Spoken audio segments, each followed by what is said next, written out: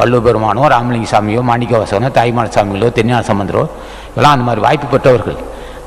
அந்த உமையை காமதேகத்தை நீக்கி அந்த உள்ளொளியை கண்டவர்கள்.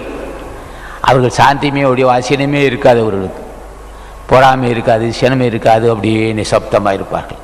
யாரேன்னு உலகத்தில் திருஞான சம்பந்தா, திருநாவுக்கரசே, பதஞ்சலி முனிவா, அருணையனான்னு பயப்படாதுன்னு சொல்லுவோம்.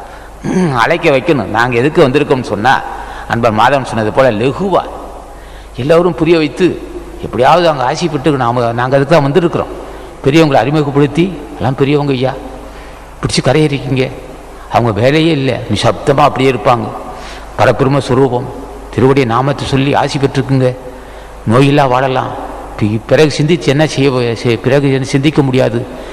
இருக்க போதே காலம் உள்ள போதே இந்த தேகத்தை பயன்படுத்தி, நம்ம அற்புதமான தேகம் இது, இந்த தேகம் துணை கொண்டு நோய் வருவதற்கு முன்னே, முதுமை வருவதற்கு முன்னே, சாவு வருவதற்கு முன்னே ஞானிகள் ஆசி பெற்று ஜென்மத்தை கரை தேற்றிக் கொள்ள வேண்டும்.